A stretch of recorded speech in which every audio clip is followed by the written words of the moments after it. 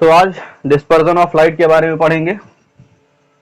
Heading है हमारी dispersion of white light.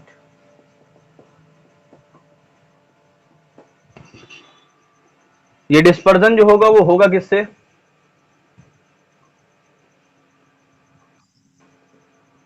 Through a glass prism. Glass का बना हुआ एक प्रिज्म होगा जिससे व्हाइट लाइट का डिस्पर्जन होगा। अब ये डिस्पर्जन का मतलब क्या होता है इसके बारे में पहले सीख लें, जान लें। What is dispersion? तो सिंपल सी बात है बेटा कि अगर कोई व्हाइट लाइट, क्योंकि लाइट जानते भी हम लोग सन की लाइट जो है वो व्हाइट होती है, अगर ये व्हाइट लाइट किसी प्रिज्म पर पड़ती है किसी प्रिज्म पर पड़ती है तो हम ये जानते हैं कि white light is a combination of 7 colours. जो व्हाइट लाइट होती है वो 7 कलर्स का कॉम्बिनेशन होती है, 7 कलर से मिलकर के बनी होती है। ऐसा पता कब चला? तो ऐसा पता चला जब डिस्पर्जन पढ़ रहे थे, तब डिस्पर्जन पढ़ने के बाद पता चला कि व्हाइट लाइट जो है वो 7 कलर्स का कॉम्बिनेशन होती है। इट मीन्स आप कह सकते हो कि व्हाइट लाइट के 7 कंपोनेंट्स होते हैं। तो कहा गया कि जब व्हाइट लाइट किसी ग्लास प्रिज्म से टकराती है तो रिफ्रैक्शन के बाद वो अपने 7 कंपोनेंट्स में डिवाइड हो जाती है। When a white light incident on a prism, it splits into its 7 components. 7 components में split हो जाती है, डिवाइड हो जाती है। This phenomena of light is known as dispersion of light. ये लाइट का ये फिनोमिना डिस्पर्जन ऑफ लाइट कहलाता है। यानी व्हाइट लाइट का किसी प्रिज्म पर पड़ना और प्रिज्म पर पड़ने के बाद अपने 7 कंपोनेंट्स में डिवाइड हो जाना क्या कहलाता है? डिस्पर्जन ऑफ लाइट कहलाता है। अब ये 7 कलर्स में डिवाइड क्यों होते हैं, इसके पीछे रिसर्च हुआ कि 7 कलर्स में डिवाइड होने का कारण क्या था। अगर लाइट है, हमने व्हाइट लाइट किसी प्रिज्म पर डाली हुई है तो व्हाइट लाइट बाहर निकलनी चाहिए थी, क्यों 7 कलर्स निकले? जैसे रेनबो में हमने देखा कि रेनबो भी इसी तरह से बनता है। तो रेनबो बनने का कारण क्या था? इसी बेसिस पर फिर रेनबो का डिस्क्रिप्शन किया गया कि रेनबो क्यों बनता है। इसके बाद फिर वो बताया गया है। पहले बात नहीं पता था कि रेनबो क्यों बनता है, बस बन जाता है, इंद्रधनुष है, सुंदर लगता है, अच्छा लगता है, काम खत्म। तो जब डिस्पर्जन ऑफ लाइट की खोज हो चुकी थी उसके बाद फिर रेनबो क्यों ऐसा होता है, ट्विंकल क्यों करते हैं, स्टार्स ट्विंकल क्यों करते हैं, सनराइज और सनसेट में 2 मिनट का सनसेट में और 2 मिनट सनराइज में डिले क्यों होता है, इसका कारण क्या था, ये सारी चीजें फिर पढ़ी बाद में बताई गई डिस्पर्जन ऑफ लाइट पता होने के बाद। तो भाई डिस्पर्जन ऑफ लाइट का कारण क्या था, क्यों ऐसा हो गया, डिस्पर्जन ऑफ लाइट हुआ क्यों, इसके पीछे रिसर्च हुआ। तो मान लीजिए ये है प्रिज्म का, जैसे हम जानते हैं पिछले क्लास में मैंने बताया था आपको, प्रिज्म का क्रॉस सेक्शनल एरिया लेना है जिसको हम प्रिंसिपल सेक्शन कहते हैं। It is known as principal section of prism. ये प्रिज्म का प्रिंसिपल सेक्शन है। अगर कोई व्हाइट लाइट इंसिडेंट करती है इस प्रिज्म के किसी भी पॉइंट पर, मान लीजिए ये व्हाइट लाइट आती है प्रिज्म के इस पॉइंट पर इंसिडेंट कर जाती है, व्हाइट लाइट स्ट्रेट होगी, मैंने थोड़ा सा तिरछी हो गई, टेढ़ी मेढ़ी हो गई, आप समझ जाओगे, स्ट्रेट होगी तो व्हाइट लाइट है। अच्छा ये बताइए 7 कंपोनेंट से मिलकर के बनी है, यानी इसके जो 7 कंपोनेंट्स होंगे, व्हाइट लाइट जब लाइट एक मीडियम से दूसरे मीडियम पर जाती है तो नॉर्मल की तरफ बेंड होगी या नॉर्मल से दूर बेंड होगी, वो डिपेंड करता है रेयर मीडियम से डेंसर मीडियम पर है या डेंसर मीडियम से रेयर मीडियम पर है। ऐसा क्यों होता है कि बेंड हो जाती है लाइट का एक मीडियम से दूसरे मीडियम पर जाते ही? बेंड होने का रीजन क्या था, बता सकता है कोई? मैंने बताया था शायद, मेरे ख्याल से मुझे याद है मैंने बताया था। वो तो रेयर मीडियम और डेंसर मीडियम, वो तो डेंसिटी अगर की बात करोगे, डेंसिटी की बात कर रहे हो जैसे, तो वो मैंने इसलिए बताया था कि रेयर मीडियम को किसको रेयर मीडियम कहेंगे, किसको डेंसर मीडियम कहेंगे, इसलिए डेंसिटी के बारे में बात की थी। मैं ये पूछ रहा हूँ कि एक मीडियम से दूसरे मीडियम जाने पर क्या ऐसा चेंज हो जाता होगा, क्या चीजें चेंज हो जाती होंगी जिसकी वजह से लाइट बेंड हो जाती है, चाहे वो नॉर्मल की तरफ बेंड हो या नॉर्मल से दूर बेंड हो, बेंड होने का रीजन क्या था? तो बेंड होने का रीजन था चेंज बेटा फिर वही मॉलिक्यूलर स्पेस का मतलब आप बता रहे हो कि डेंसर और रेयर मीडियम में कंपैरिजन बता रहे हो कि डेंसर मीडियम क्या होता है, रेयर मीडियम क्या होता है। मॉलिक्यूलर स्पेस से वेलोसिटी इसका कोई लेना देना नहीं है, वेलोसिटी का कारण है। वेलोसिटी चेंज हो जाती है जब एक मीडियम से दूसरे मीडियम पर लाइट जाती है, तो बेंड होने का कारण है क्योंकि लाइट की वेलोसिटी चेंज हो जाती है। जब एक मीडियम से दूसरे मीडियम पर जाती है तो लाइट की वेलोसिटी चेंज हो जाती है, या तो वेलोसिटी बढ़ जाएगी या तो वेलोसिटी घट जाएगी। अगर रेयर मीडियम से डेंसर मीडियम पे जा रहे हैं तो वेलोसिटी घट जाएगी, और अगर डेंसर मीडियम से रेयर मीडियम पर जा रहे हैं तो वेलोसिटी बढ़ जाएगी। तो वेलोसिटी चेंज हो जाती है। सबसे बड़ी चीज ये है कि जब जब कोई भी लाइट है किसी सरफेस से टकराती है, एक मीडियम से दूसरे मीडियम पर एंटर करते हैं, तो एक मीडियम से दूसरे मीडियम पर जाते ही उसकी वेलोसिटी में चेंज आ जाता है।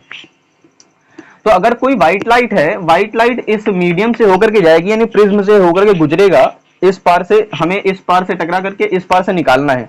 यानी इस दौरान इतना जो आपको पार्ट दिख रहा है, यहां से यहां तक पहुंचने में लाइट की वेलोसिटी में काफी चेंज आ जाएगा। तो लाइट की वेलोसिटी में जो चेंजेस आते हैं उसी के बारे में हमें पढ़ना है, क्योंकि 7 कंपोनेंट से मिलकर के बनी होती है, सबकी वेवलेंथ अलग अलग होती है। ये जो 7 कंपोनेंट से मिलकर के बनी होती है सबकी वेवलेंथ अलग अलग होती है। तो वेवलेंथ अलग होने के कारण से सबकी वेलोसिटी में चेंज भी अलग अलग आता है।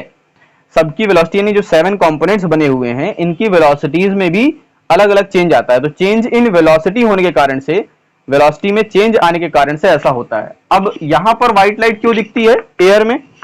क्योंकि 7 कंपोनेंट्स जो है वो सबकी वेलोसिटी एक है, बराबर है, सबकी वेलोसिटी सेम है। तो जब वो 7 कंपोनेंट एक साथ मिलकर के चलती है तो हमें व्हाइट लाइट दिखाई देती है। रियलिटी में व्हाइट होती नहीं है, हमें दिखाई देती है। हमारी आंख की ये खूबी है कि जब 7 कलर्स एक साथ चलते हैं एक ही वेलोसिटी से तो हमें वो व्हाइट कलर के दिखाई देते हैं। अब जब ये लाइट प्रिज्म से होकर के गुजरेगी, प्रिज्म से होकर के गुजरेंगे तो 7 कंपोनेंट जो हैं, जो 7 कलर का मिक्सचर है व्हाइट लाइट, उनकी सब कलर्स की वेलोसिटी अलग अलग हो जाएगी। हर वेलोसिटी क्योंकि प्रिज्म है, डेंसर मीडियम है, मीडियम डेंसर है, तो हर एक पार्टिकल यानी हर एक जो लाइट है उसकी वेलोसिटी, हर एक कलर की लाइट की वेलोसिटी अलग अलग होती है अलग अलग मीडियम में। इस वजह से ऐसा हो जाता है कि हमें अलग अलग वो सभी दिखाई देने लगती हैं। इस वजह से रेनबो भी हमें दिखाई देता है, क्योंकि जब पार्टिकल्स है, सनलाइट जब पड़ती है, अगर बारिश होने के बाद थोड़ी सी बारिश हो जाए, बहुत ज्यादा नहीं, अगर थोड़ी सी बारिश हो तो बूंदे, कुछ पानी की बूंदे आसमान में ही रुक जाती हैं, अटक जाती हैं। कुछ जो आयनोस्फेयर हमारा है, एक स्फेयर आपने पढ़ा होगा, थर्मोस्फेयर, मेसोस्फेयर, फलाना डिगाना, एक पार्ट आता है आयनोस्फेयर।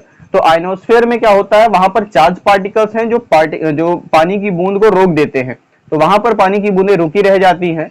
जब सनलाइट पड़ती है उन पानी की बूंदों पर पड़ती है, ऐसा नहीं है कि किसी भी डायरेक्शन पर लाइट पड़ेगी तो 7 कंपोनेंट्स में डिवाइड हो जाएगा। जैसे ये लाइट है, अगर ये परपेंडिकुलर पड़ती है, अगर ये व्हाइट लाइट इस सरफेस के परपेंडिकुलर पड़ेगी तो 7 कंपोनेंट्स में डिवाइड नहीं होगा।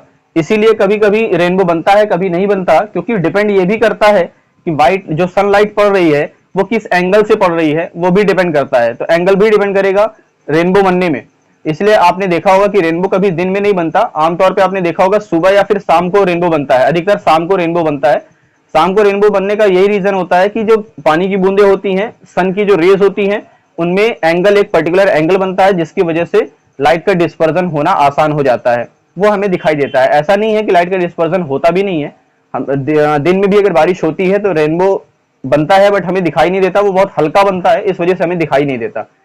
शाम के टाइम पर वो हल्का नहीं, काफी डार्क बनता है, क्योंकि उस एंगल पर जो सन होता है उसका एंगल कुछ अलग होगा, जिस वजह से डिस्पर्जन ऑफ लाइट हमें अच्छे से दिखाई देता है और रेनबो हमें अच्छे से दिखाई देता है। तो मैं भी समझ में आया होगा डिस्पर्जन ऑफ लाइट का मतलब क्या है। लाइट, व्हाइट लाइट जब प्रिज्म से टकराती है, प्रिज्म से निकलने के बाद वो जो 7 कंपोनेंट्स हैं उनकी स्पीड अलग अलग होती है due to their wavelength, according to their wavelength, wavelength के अकॉर्डिंग, क्योंकि वेवलेंथ सबकी अलग अलग होती है। रेड कलर की वेवलेंथ सबसे ज्यादा होती है, इसलिए उसका डिस्पर्जन सबसे कम होता है। डिस्पर्जन तो होता है, सॉरी, व्हाइट लाइट का डिस्पर्जन का मतलब बिखर जाना, उसमें डेविएशन सबसे कम होता है। रेड कलर का डेविएशन सबसे कम होता है क्योंकि उसकी वेवलेंथ सबसे ज्यादा होती है। जिसकी वेवलेंथ सबसे ज्यादा होती है व्हाइट लाइट में, वो हमें दिखाई देता है रेड कलर का। ठीक है, तो इस तरह से 7 कंपोनेंट्स में डिवाइड होंगे, 1 2 3 4 5 6 एंड 7। ये 7 कंपोनेंट्स में डिवाइड होते हैं, ऐसे चले जाते हैं, ऐसे। अगर बात करें तो यहां से स्टार्ट होता है और इस डायरेक्शन में चलते हुए ये बनता है VIBGYOR. Violet, indigo, blue, green, yellow, orange, red. यानी ये रेड होता है, ये वाला, और ये होता है वायलेट। सबसे ज्यादा वेवलेंथ होती है रेड कलर की, इसलिए सबसे कम डेविएशन होता है रेड कलर का। डेविएशन का मतलब मैंने कल बताया, प्रीवियस क्लास में बताया था। डेविएशन का मतलब क्या होता है, अगर हम इसको आगे की तरफ बढ़ाते हैं स्लाइड को, और इस स्लाइड को पीछे की तरफ बढ़ाएं, तो हमें पता चलेगा कि इतना एंगल ये डेविएट हुआ है, इतना एंगल रेड कलर की लाइट इतनी एंगल डेविएट हुई है। बट अगर हम वायलेट कलर की बात करें तो वायलेट कलर को अगर हम पीछे बढ़ाते हैं तो कुछ यहाँ पर मिलता है, इतने डिग्री पर। देखो एंगल इतना ज्यादा हो गया, तो ये वायलेट कलर का डेविएशन सबसे ज्यादा होता है, रेड कलर का डेविएशन सबसे कम होता है। क्यों ऐसा होता है? क्योंकि रेड कलर की वेवलेंथ सबसे ज्यादा होती है, वायलेट कलर की वेवलेंथ सबसे कम होती है। इन विबग्योर के अंदर, अगर हम विबग्योर के बाहर की बात करें तो ऐसा नहीं है, वेलोसिटी बहुत ज्यादा, मतलब ये जो वेवलेंथ की बात कर रहे हैं, वेवलेंथ तो 0 से लेकर के कई लाख तक जाती है, लेकिन हमें दिखाई कितनी देती है? जो हम विजिबल है, जो हम देख सकते हैं, हमारी आंख जिसको देख सकती है, वो वेवलेंथ होती है 4000 एंगस्ट्रॉम से लेकर के 7000 एंगस्ट्रॉम तक। इतनी लाइट को हम देख सकते हैं, इतनी वेवलेंथ की लाइट को हम देख सकते हैं, इतनी वेवलेंथ की वेव्स को हम देख सकते हैं। जो हमें देखते भी हैं, जो हमें दिखाई देती हैं, वो वेव्स होती हैं 4000 एंगस्ट्रॉम से लेकर के 7000 एंगस्ट्रॉम तक, क्योंकि light is also a wave. Light भी एक वेव है। तो हमें लाइट क्यों दिखाई देती है? वेव्स दिखाई भी देती हैं, ऐसा नहीं कि हमें वेव्स दिखाई नहीं देते। लाइट हमें दिख रही है मतलब वेव्स दिख रहे हैं, वेव्स दिखती हैं। और 4000 एंगस्ट्रॉम से लेकर के 7000 एंगस्ट्रॉम तक के वेव्स हमें दिखाई देते हैं, बाकी इससे बड़ी और इससे छोटी वेव्स हमें नहीं दिखाई देती। जिस वजह से ऐसा नहीं है कि वेव्स नहीं होती, रेडियो वेव्स है, माइक्रो वेव्स है, गामा रेस है, बहुत सारी वेव्स हैं। तो वेव्स हमें दिखाई नहीं देती क्योंकि हमारी आंख उनको देख नहीं सकती। ऐसा नहीं है कि वो वेव्स है ही नहीं, इससे छोटी वेव्स भी होती है वेवलेंथ की, और इससे बड़ी वेवलेंथ की भी वेव्स होती हैं। तो 7000 के आसपास वेवलेंथ होती है रेड कलर की, और 4000 के आसपास वेवलेंथ होती है, 4000 एंगस्ट्रॉम की वेवलेंथ होती है, अप्रॉक्स में वेवलेंथ होती है वायलेट कलर की। मे भी समझ में आया होगा। कुछ चीजें जो ना समझ में आई हो, जितनी चीजें मैंने बताई हैं, अगर उसमें कोई चीज ना समझ में आई हो तो पूछ सकते हैं आप लोग।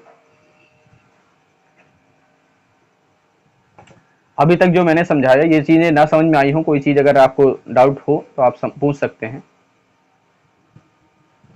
किसी को कोई डाउट नहीं है?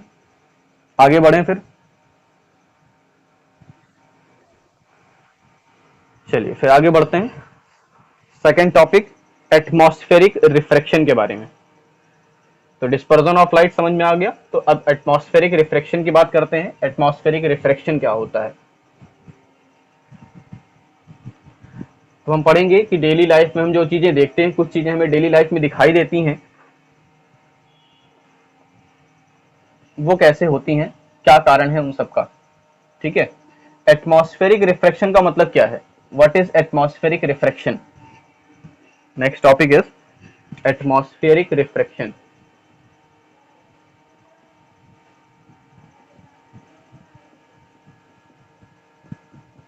एटमॉस्फेरिक रिफ्रैक्शन क्या है? एटमॉस्फेरिक रिफ्रैक्शन, एटमॉस्फेयर में रिफ्रैक्शन हो रहा, एटमॉस्फेयर में लाइट का रिफ्रैक्शन होना, एटमॉस्फेयर के अंदर लाइट का रिफ्रैक्शन होना ही एटमॉस्फेरिक रिफ्रैक्शन कहलाता है। एटमॉस्फेयर में कहां-कहां पे लाइट का रिफ्रैक्शन होता है? तो जैसे हमने देखा लाइट्स का, यानी सॉरी स्टार्स का ट्विंकल करना, स्टार्स ट्विंकल करते हैं, लाइट का रिफ्रैक्शन है, एटमॉस्फेरिक रिफ्रैक्शन है। एटमॉस्फेरिक रिफ्रैक्शन ना होता तो लाइट्स जो स्टार्स हैं वो ट्विंकल ही नहीं करते। सनसेट और सनराइज में डिले होना, यह भी एटमॉस्फेरिक रिफ्रैक्शन का कारण है। क्यों? देखते हैं। हम अगर अर्थ पर हैं, यहां पर खड़े हैं, स्टार्स हमें यहां दिखाई दे रहे हैं, स्टार यहां पर है। स्टार क्योंकि जानते हैं हम फिक्स है, स्टार मूव तो करते नहीं है, कि मूव करते हैं स्टार्स? स्टार्स मूव नहीं करते। होता क्या है, तो ये जो स्टार्स हैं उनकी खुद की लाइट होती है। अब हमारी अर्थ रोटेट कर रही है अपनी एक्सिस पर कि नहीं? अपनी एक्सिस पर रोटेट करती है। अब हम यहां पर हैं, हम मान लीजिए यहां पर हैं, यहां पर हम यहां बैठे हुए हैं अर्थ के सरफेस पर और इसको देख रहे हैं, तो यहां से लाइट आएगी, लाइट यहां से आएगी, है ना, स्टार से लाइट चलती है और यहां पर आती है। लेकिन होगा क्या, जैसे ये अर्थ के ग्रेविटेशनल फील्ड के अंदर एंटर करेगी ये लाइट, मान लो ये अर्थ का ग्रेविटेशनल फील्ड है, तो अर्थ के ग्रेविटेशनल फील्ड में क्या है, डस्ट पार्टिकल्स हैं कि नहीं है, यहां पर बहुत सारे डस्ट पार्टिकल्स हैं, यहां पर बहुत सारे डस्ट पार्टिकल्स मौजूद हैं। डस्ट पार्टिकल्स क्या करेंगे, जो लाइट यहां से आ रही है ये डस्ट पार्टिकल्स डेंसर मीडियम है, और जैसे ही ये लाइट इस मीडियम से बाहर से अंदर आएगी एटमॉस्फेरिक, हमारे एटमॉस्फेयर में जिसके कारण से रिफ्रैक्शन होगा लाइट का, तो लाइट क्या होगी, हल्का हल्का बेंड करना स्टार्ट करेगी, हल्का हल्का बेंड करना स्टार्ट करेगी और हमें यहां पर स्टार दिखाई देगा। यानी ये जो लाइट यहां पर आ रही है कुछ समय बाद हमें लाइट यहां पर दिखाई देगी, जब हम रोटेट कर जाएंगे, अर्थ क्योंकि रोटेट कर रही है तो जब यहां पर पहुंचेंगे तब, और फिर जब हम यहां पर थे तो हमें स्टार कहां दिखाई देगा, हमें स्टार यहां नहीं दिखाई देगा, हमें स्टार यहां पर रहते हैं तो हमें स्टार देखो कहां दिखाई देगा, हमें स्टार यहां दिखाई देगा। अगर हम यहां पर रहेंगे तो हमें स्टार, इसके सामने लाइट हमें यहां से आती हुई दिखाई दे रही है ना, ये लाइट आती हुई दिखाई दे रही है, हमें ये लाइट आती हुई दिखाई दे रही है, तो हमें स्टार कहां दिखाई देगा, यहां पर दिखाई देगा। लेकिन जैसे ही थोड़ी देर समय होगा फिर से हम बेंड करेंगे, फिर से हमारी अर्थ रोटेट करेगी, तो फिर से उसकी इमेज हमें दिखाई नहीं देती, कुछ समय के लिए, माइनर सेकंड के लिए हमें इमेज उसकी दिखाई नहीं देती, क्योंकि लाइट का रिफ्रैक्शन भी हो रहा है और हम रोटेट भी कर रहे हैं, जिस वजह से आंख हमारी क्या है, हमारी आंख बहुत अजीब सी है, फ्लक्चुएट करती रहती है, जिस वजह से वो हमें स्टार्स जो है हमें ट्विंकल करते हुए दिखाई देते हैं, क्योंकि अर्थ के अंदर आते ही लाइट का रिफ्रैक्शन होता है, जिस वजह से स्टार्स जो हमें एग्जैक्ट पोजीशन पर दिखाई नहीं देते, उनकी जो पोजीशन हमें दिखाई देती है वो उनकी एग्जैक्ट पोजीशन नहीं होती, दूसरी पोजीशन शिफ्ट होती है। जैसे हम रोटेट करते हैं, हल्का सा भी रोटेट करते हैं, जैसे क्योंकि हम अर्थ जानते हैं अर्थ कंटिन्यूसली रोटेट करती रहती है, तो अर्थ अगर अपनी एक्सिस पर रोटेट करती है और रिफ्रैक्शन भी हो रहा है, जिस वजह से पोजीशन हमें अलग दिखाई देती है, तब लगता है कि लाइट जो है ट्विंकल्स जो है वो, सॉरी स्टार्स जो है वो ट्विंकल कर रहे हैं। किस कारण से ट्विंकल कर रहे हैं ऐसा महसूस होता है, एटमॉस्फेरिक रिफ्रैक्शन के कारण से। समझ में आया कुछ, थोड़ा बहुत, ज्यादा समझ में नहीं आया होगा मानते हैं, लेकिन थोड़ा बहुत तो समझ में आया होगा लाइट का रिफ्रैक्शन। हाँ दोबारा एक बार देख लेना।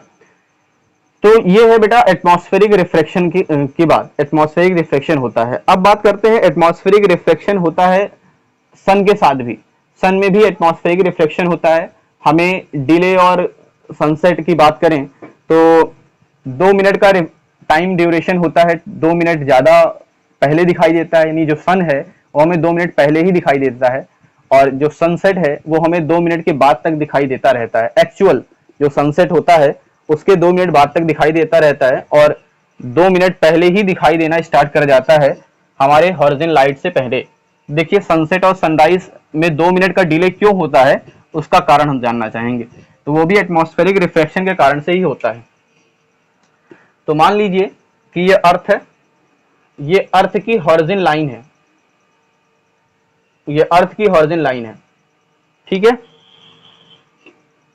अगर हम सनसेट कब कहते हैं या सनराइज कब कहते हैं, अगर हम यहां पर मौजूद हैं तो हमारे लिए सनराइज कब होगा, जब सन इस लाइन के ऊपर आ जाए तो सनराइज होगा, और जब सन इस लाइन के नीचे चला जाए तो सनसेट होगा, होगा ना। लेकिन रियलिटी में होता क्या है, सन जब यहां रहता है, यहां पर, यानी इस हॉरिजॉन लाइन से पहले, ये जो लाइन है इसको हम हॉरिजॉन लाइन कहते हैं, हॉरिजॉन लाइन, इस हॉरिजॉन लाइन से पहले जब सन यहां पर मौजूद रहता है तो सन रेज यहां से निकल रही है, क्योंकि हम जानते हैं सन रेज तो निकलेंगी, कंटिन्यूसली निकलती रहती हैं, यहां से सन रेज निकलती हैं, और सन रेज का हमारे एटमॉस्फेयर के पार्टिकल्स के कारण से रिफ्रैक्शन होता है, लाइट का रिफ्रैक्शन होता है, और लाइट बेंड होते होते होते कहां पहुंच जाती है, हमारी आंख तक पहुंच जाती है, लाइट बेंड होते होते हमारी आंख तक पहुंच जाती है इस तरीके से। यहां से सनरेज निकलती हैं, सनरेज निकलते निकलते बेंड होती है, रिफ्रैक्शन के कारण से हमारी आंख तक पहुंच जाती हैं। यानी सन अभी सनराइज हुआ नहीं है, सनराइज हुआ नहीं, यानी इस हॉरिजॉन्टल लाइन से सन नीचे ही है, ऊपर नहीं आया। जब ऊपर हो जाएगा तब तो हम कहेंगे ना सनराइज, अभी तो हॉरिजॉन्टल लाइन के नीचे ही है। और रिफ्रैक्शन होते होते, एटमॉस्फेरिक रिफ्रैक्शन होने के कारण से इसकी सनरेज हमारी आंख तक पहुंच जाती हैं, इसलिए हमें लगता है कि सनराइज हो चुका है। बट सनराइज यानी इस हॉरिजॉन्टल लाइन में आने से पहले, हॉरिजॉन्टल लाइन के ऊपर आने से पहले ही, कितने मिनट पहले, 2 मिनट पहले ही सन हमें दिखाई देने लगता है। और जब सनसेट होता है तो फिर से वही कहानी रिपीट होती है। सनराइज, सनसेट का मतलब यह है कि यहां से सन हमें यहां पर पहुंच जाता है तब भी हमें दिखाई देता रहता है। क्यों? क्योंकि एटमॉस्फेरिक रिफ्रैक्शन के कारण से इसकी जो लाइट्स आती हैं वह एटमॉस्फेरिक रिफ्रैक्शन के कारण से हमारी आंख तक पहुंचती रहती हैं, तो हमें लगता है कि सन अभी सेट नहीं हुआ, जबकि सन जो होता है वो हॉरिजॉन्टल लाइन से नीचे जा चुका होता है। और ये कब तक दिखाई देता रहता है? हॉरिजॉन्टल लाइन से नीचे जाने के 2 मिनट बाद तक दिखाई देता रहता है। यानी जो सनसेट है वो 2 मिनट पहले दिखाई, सनराइज जो है वो 2 मिनट पहले दिखाई देने लगता है, और सनसेट जो है वो 2 मिनट बाद तक दिखाई देता रहता है। यानी 4 मिनट हमें एक्स्ट्रा दिखाई देता है। सन जो है वो एक्चुअल सनसेट और सनराइज से 4 मिनट ज्यादा हमें दिखाई देता है। ठीक है ना? समझ में आया इसका रीजन क्या है? Due to atmospheric refraction. Atmospheric refraction होने के कारण से हॉरिजॉन्टल लाइन से ऊपर जाना और हॉरिजॉन्टल लाइन से नीचे जाना, तब तो इसको हम सनराइज और सनसेट कहते हैं। बट हॉरिजॉन्टल लाइन में ऊपर आने से पहले और हॉरिजॉन्टल लाइन से नीचे जाने के बाद भी सन हमें दिखाई देता रहता है। कितना टाइम ड्यूरेशन दिखाई देता है? 2 मिनट पहले दिखाई देना स्टार्ट हो जाता है, 2 मिनट बाद तक दिखाई देता रहता है। यानी 4 मिनट का ड्यूरेशन जाता है। अगर हम सनसेट और सनराइज की जितना टाइमिंग होती है उस टाइमिंग की बात करें तो उस टाइमिंग से हमें 4 मिनट ज्यादा सन दिखाई देता है। ठीक है, समझ में आया कुछ? ये चैप्टर बहुत छोटा है, बहुत बड़ा चैप्टर नहीं है, क्योंकि ह्यूमन आई के जो कॉन्सेप्ट हैं वो अगर हटा दिए जाएं तो चैप्टर बहुत छोटा बचता है। प्रिज्म के बारे में बच गया, प्रिज्म के बारे में हमने समझा दिया, डिस्पर्जन ऑफ लाइट समझा दिया, एटमॉस्फेरिक रिफ्रैक्शन पढ़ा दिए। अब लास्ट टॉपिक इस चैप्टर का बचा हुआ है स्कैटरिंग ऑफ लाइट। इस चैप्टर का लास्ट टॉपिक है scattering of light. Scattering of light पढ़ा दें तो चैप्टर कंप्लीट है। तो स्कैटरिंग ऑफ लाइट क्या होती है बच्चों? स्कैटरिंग ऑफ लाइट क्या है? Next topic. ये समझ में आ गया सभी को? ये समझ में आ गया सभी को? चलिए इसको रफ कर देते हैं। अगला टॉपिक पढ़ते हैं हम लोग, स्कैटरिंग ऑफ लाइट। लाइट का हमने देख लिया 7 कलर्स में कंपोनेंट में बिखर जाना, डिस्पर्जन कहलाता है। स्कैटरिंग क्या कहलाता है? Scattering of light. तो लाइट का बिखर जाना, लाइट का बिखरना क्या कहलाता है? स्कैटरिंग ऑफ लाइट कहलाता है। लाइट का बिखर जाना क्या कहलाएगा? स्कैटरिंग ऑफ लाइट कहलाता है। जैसे लाइट किसी सरफेस पर पड़े और बिखर जाए, चारों तरफ फैल जाए, तो क्या कहलाता है? स्कैटरिंग ऑफ लाइट कहलाता है। सबसे पहले इसको बताया किसने था? इसको सबसे पहले बताया था एक वैज्ञानिक थे जिनका नाम था सर लॉर्ड रेले। लॉर्ड रेले एक वैज्ञानिक थे, इन्होंने सबसे पहले बताया था कि स्कैटरिंग ऑफ लाइट का क्या कारण है, स्कैटरिंग ऑफ लाइट होती क्यों है। उन्होंने कहा कि लाइट जो होती है वो हमारे अर्थ के अंदर बहुत छोटे छोटे डस्ट पार्टिकल्स हैं। जो लाइट होती है उसकी वेवलेंथ इतनी छोटी होती है, वेवलेंथ काफी ज्यादा छोटी होती है, 4000 से लेकर के 7000 एंगस्ट्रॉम तक की लाइट वेव्स हमें दिखाई देती हैं। तो जब ये लाइट वेव्स किसी लाइट पार्टिकल्स या लाइट वेव्स कह सकते हो किसी पार्टिकल से, डस्ट पार्टिकल से टकराते हैं, तो डस्ट पार्टिकल क्या करते हैं? उन लाइट को एब्जॉर्ब कर लेते हैं। लेकिन एब्जॉर्ब करेंगे तो कितना एब्जॉर्ब करेंगे? एक क्षमता होती है एब्जॉर्ब करने की। एब्जॉर्ब करने के बाद जब उनकी एनर्जी फिल हो जाती है तो वो क्या करते हैं? उन्हीं लाइट्स को वापस से स्कैटर कर देते हैं, चारों तरफ फैला देते हैं।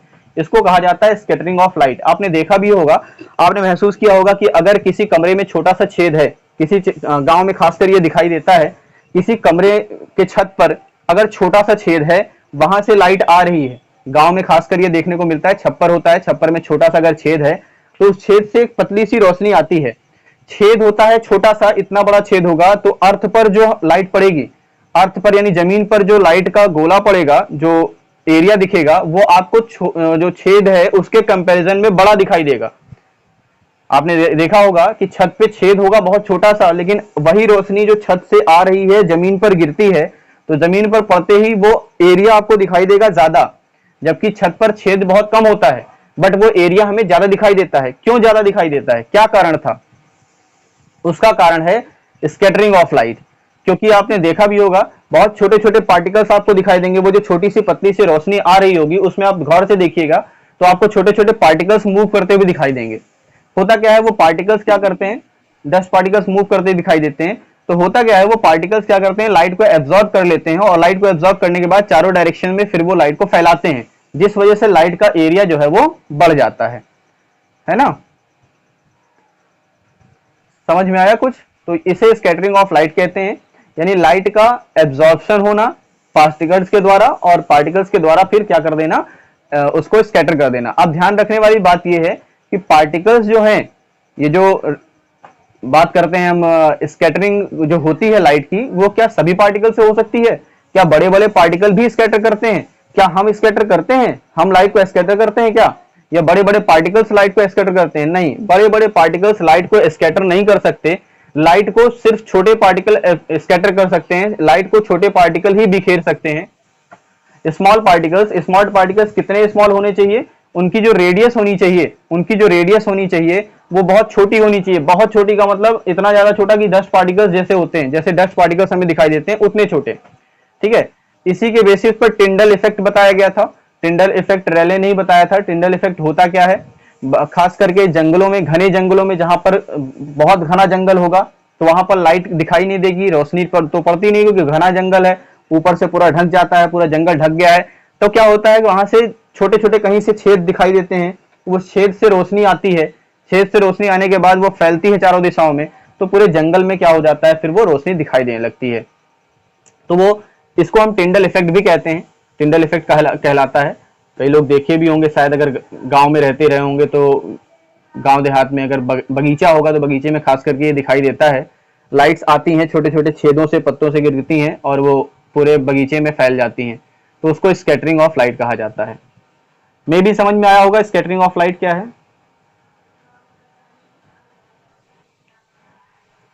ठीक है, तो आज के टॉपिक्स इतने ही थे। स्कैटरिंग ऑफ लाइट, हम डिस्पर्जन ऑफ लाइट हमने पढ़ा, एटमॉस्फेरिक रिफ्लेक्शन पढ़ा और स्कैटरिंग ऑफ लाइट हमने पढ़ ली। बचा इसकी थ्योरीज हैं और इसकी थ्योरीज और प्लस इसके नोट्स चाहिए आपको, तो नोट्स और थ्योरीज मैं कोशिश करूंगा कल तक प्रोवाइड करने की आपको, कल शाम तक मैं भी कोशिश करूंगा। तो अगर मिल जाएगी तो बेटर होगा, नहीं तो संडे तक तो मिल ही जाएगा, ये कंफर्म है। वैसे कल कोशिश हो जाएगी, कल मिल जाएगा आप लोगों को, कल कोशिश नहीं, कल डेफिनेटली मिल जाएगा। ठीक है, इस चैप्टर की नोट्स आपको मिल जाएगी कल। ठीक है, समझ में आ गया हो तो क्लास ओवर करते हैं, क्योंकि आज की क्लास मेरे ख्याल से थ्योरीज बेसिस पर थी, ज्यादा उसमें था नहीं, कुछ बताने वाली चीजें थी नहीं। समझ में आया है?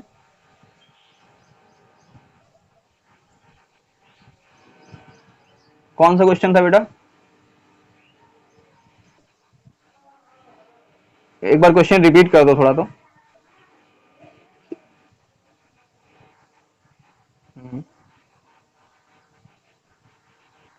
देखो, इसका 11th क्लास में एक टॉपिक है बेटा, सरफेस टेंशन। इसको कहते हैं सरफेस टेंशन की वजह से ऐसा होता है, और इसका कारण है एक, शायद आप लोगों ने पढ़ा भी होगा 7th या 8th में पढ़ा होगा, एडेसिव फोर्स और कोहेसिव फोर्स। पढ़ा है कभी?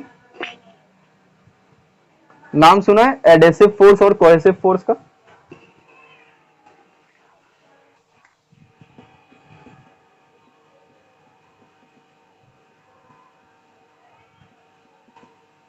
सुना है कभी? देखो, सेम टाइप के मॉलिक्यूल्स के बीच में जो फोर्स लगता है, सेम टाइप के मॉलिक्यूल, जैसे वाटर का मॉलिक्यूल, अगर दुनिया में कहीं पे भी वाटर लेने चले जाओ तो मॉलिक्यूल तो सेम रहेगा ना, H2O से मिलकर के बना है, हाइड्रोजन और ऑक्सीजन से मिलकर के बनेगा, क्योंकि यहाँ का वाटर कुछ अलग होगा और विदेश का वाटर कुछ अलग होगा क्या? सेम रहेगा। यानी सेम टाइप के पार्टिकल्स के बीच में जो फोर्स लगता है उसको कहते हैं कोहेसिव फोर्स, और डिफरेंट डिफरेंट टाइप के पार्टिकल्स के बीच में जो फोर्स लगता है, इंटरमोलिकुलर फोर्स जो लगता है, उसको हम कहते हैं एडेसिव फोर्स। जस्ट लाइक जब हम ग्लू का यूज करते हैं तो ग्लू और पेपर के मॉलिक्यूल आपस में अट्रैक्ट हो जाते हैं, जिस वजह से ग्लू और दो पेपर आपस में चिपक जाते हैं, कारण होता है एडेसिव फोर्स। और कोहेसिव फोर्स होते हैं सेम टाइप के मॉलिक्यूल्स के बीच में फोर्स लगाना। तो जो एयर के मॉलिक्यूल्स होते हैं और वाटर के मॉलिक्यूल्स होते हैं, तो वाटर के मॉलिक्यूल्स, बहुत सारे मॉलिक्यूल्स वाटर के होते हैं, वो क्या करते हैं, कोहेसिव फोर्स लगाते हैं, और एयर के मॉलिक्यूल वाटर के मॉलिक्यूल पर एडेसिव फोर्स लगाते हैं। लेकिन एडेसिव फोर्स जो एयर के मॉलिक्यूल और वाटर के मॉलिक्यूल के बीच में है, और जो कोहेसिव फोर्स है वाटर के मॉलिक्यूल्स के बीच में आपस में, तो कोहेसिव फोर्स एडेसिव फोर्स के कंपैरिजन में बहुत ज्यादा होता है, जिस वजह से वो जो मॉलिक्यूल्स है वो अपने आप को खींचना स्टार्ट करते हैं, एक दूसरे की तरफ खींचना स्टार्ट करते हैं। अब सोचो कि बहुत सारे मॉलिक्यूल्स हो जाएं, बहुत सारे मॉलिक्यूल्स फैले हुए हैं और सबको क्या कहा, ये सब मॉलिक्यूल्स ऐसे फैले हुए हैं, यहां पर फैले हुए हैं, ऐसे अलग अलग शेप में ऐसे फैले हुए हैं, और एक पार्टिकल जो है यहां पर सेंटर पे बैठने वाला ये सबको अपनी तरफ खींच रहा है, सबको अपनी तरफ खींच रहा है। तो खींचने के बाद ये किस डायरेक्शन में लाएगा, ऐसे ही तो बनाएगा ना। तो सर्कुलर शेप यानी स्फेरिकल शेप गेन कर लेते हैं due to cohesive force of molecules of water, water के मॉलिक्यूल्स जो कोहेसिव फोर्स लगाते हैं उसकी वजह से। और प्लस एक कारण और होता है सरफेस टेंशन। तो लेकिन सरफेस टेंशन अभी आप समझ नहीं पाओगे क्योंकि 11th क्लास का टॉपिक है, उससे पहले भी बहुत सारी चीजें बतानी है आपको। तो इस वजह से आप इतना जानिए कि वो कोहेसिव फोर्स के कारण से स्फेरिकल हो जाती हैं।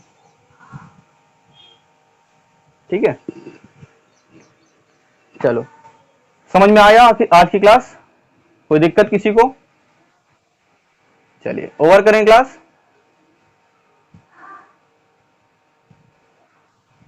चलिए।